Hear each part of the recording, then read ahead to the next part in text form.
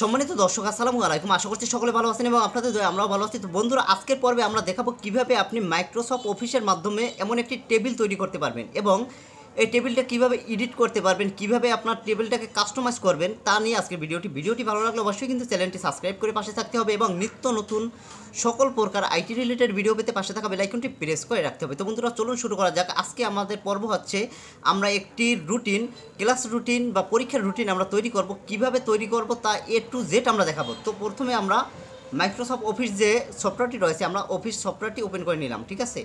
এরপরে প্রথমত আমাদের রয়েছে পেজ সেট আপ করতে হবে। পেজ সেট আপ করার জন্য আমরা পেজ লেআউটে যাব।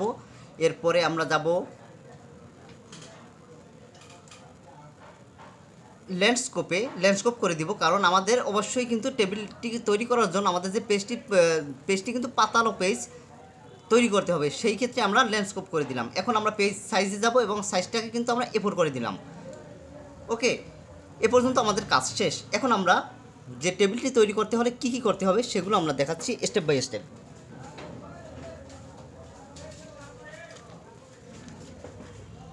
সর্বপ্রথম আমরা হোমে যাব। এরপরে আমরা ফন্ট সিলেক্ট করে নিব। ফন্ট সিলেক্ট করার জন্য আমরা এই যে ফন্টটি রয়েছে ভালো করে দেখবেন, এই ফন্টটি সিলেক্ট করে দিব এবং আমাদের যে বিজয় 52 সফটওয়্যারটি রয়েছে, বিজয় 52 থেকে বিজয় ক্লাসিক অন করে দিব।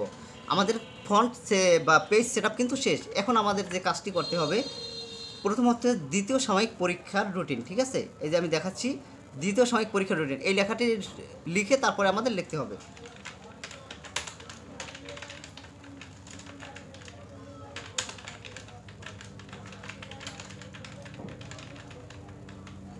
লেখাটি মিডলে নিতে হবে। এর জন্য আমরা উপরের যে বক্সটি রয়েছে আমি দেখাচ্ছি আপনাদেরকে,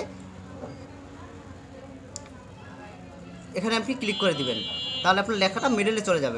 লেখাটা মিডলে চলে গেলেও এখন আমরা এটাকে আন্ডারলাইন দিয়ে দেবো। আন্ডারলাইন দেওয়ার জন্য Ctrl+U ব্যবহার করতে পারি, অথবা আমরা মাউস থেকে আন্ডারলাইন নিতে পারি। আমরা সেই ক্ষেত্রে আন্ডারলাইনটি দিয়ে দিব।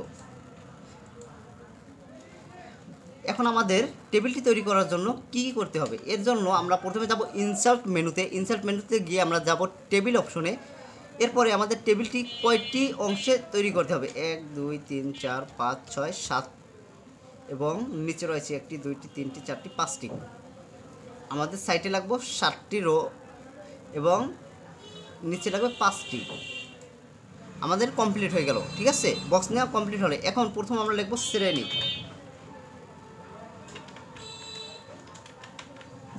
তারপরে রয়েছে শিশু, এরপরে প্রথম,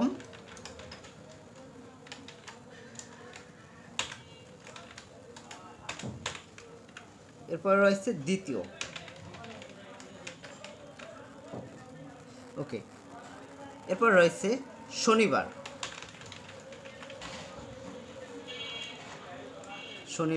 7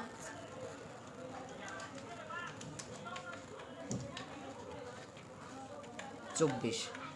তারপরে রয়েছে রবিবার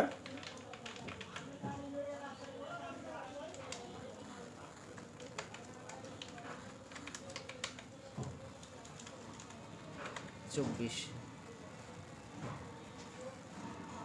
লেখাগুলোকে আমি একটু সাইজ করে নিচ্ছি। লেখা আমি ফন্টটাকে 16 ফন্ট রাখবো বা 14 ফন্ট এনাফ, আমাদের 14 ফন্ট হলেই হবে। এরপর রয়েছে সোমবার,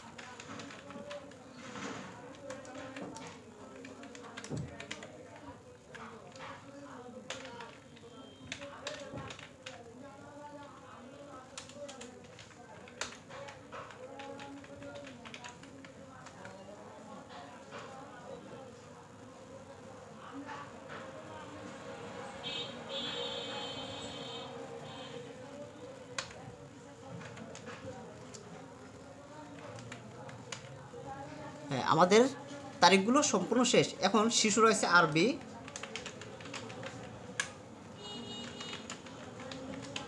বাংলা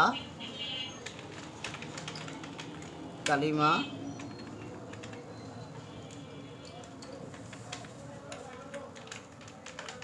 অঙ্ক ইংরেজি।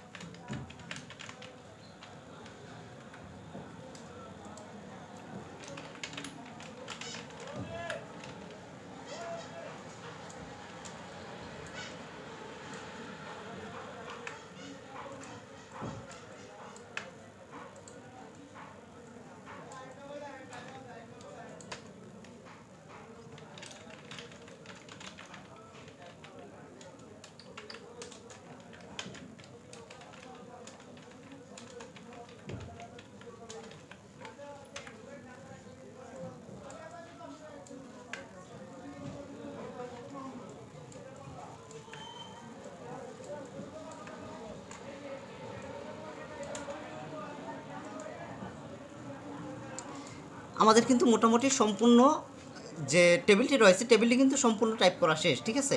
এখন আমরা এটিকে কাস্টমাইজ করব। কিভাবে কাস্টমাইজ করব দেখাচ্ছি বন্ধুরা।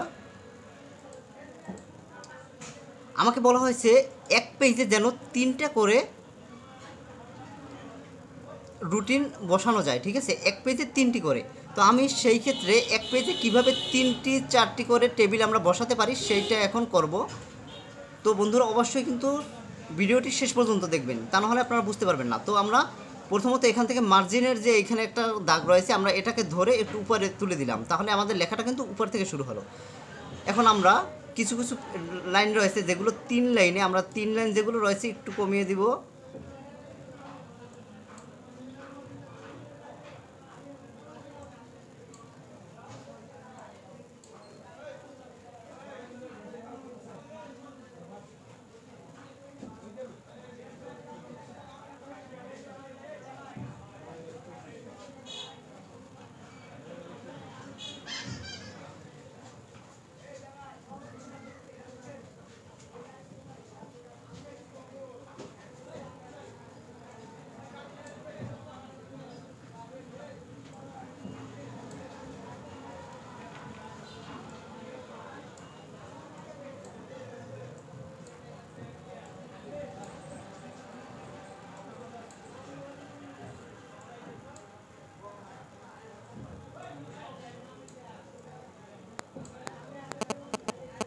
হ্যাঁ, এখন আমরা এটাকে কপি করে নিব, ঠিক আছে, জাস্ট কপি। এরপরে নিচে যদি আমরা পেস্ট দিয়ে দেই এক পেজে 2টা এবং আবার আরেকটা পেস্ট দিলে এক পেজে 3টা চলে আসলো। এই কিন্তু আমাদের কাজ যতটুকু ছিল সম্পূর্ণ কাজ কিন্তু শেষ। এক পেজে 3টা করে আমরা রুটিন তৈরি করে ফেলেছি, ঠিক আছে, 1টা 2টা 3টা। তো একদম খুবই সহজে আপনারা ঠিক একইভাবে যতগুলো টেবিল রয়েছে টেবিলগুলো আপনারা তৈরি করতে পারবেন এবং কাস্টমাইজ করতে পারবেন। এরপরে উপরে যদি আরও কিছু লেখা লাগে সেক্ষেত্রে আপনারা উপরে লিখতে পারবেন। এবং টেবিল যদি আপনাকে আরও একটু বড় করতে হয় নিচে, সেক্ষেত্রে আপনি কি করতে পারেন, নিচে মনে করেন আপনাকে আরও একটি বক্স তৈরি করতে হবে, সেক্ষেত্রে আপনি একটি বক্স আপনি সম্পূর্ণ সিলেক্ট করবেন। এরপরে মাউসের লেফট বাটন ক্লিক করবেন। এরপরে ইনসার্ট নামের যে অপশন পাবেন এখান থেকে আপনি যদি নিচের অপশনটা ক্লিক করেন তাহলে নিচে কিন্তু আপনার আরেকটি রো তৈরি হয়ে যাবে। দেখেন বন্ধু, আরেকটি রো তৈরি হয়ে গেল, ঠিক আছে। এবং আপনি যদি আবার ডিলিট করে দেন তাহলে কিন্তু ডিলিট হয়ে যাবে।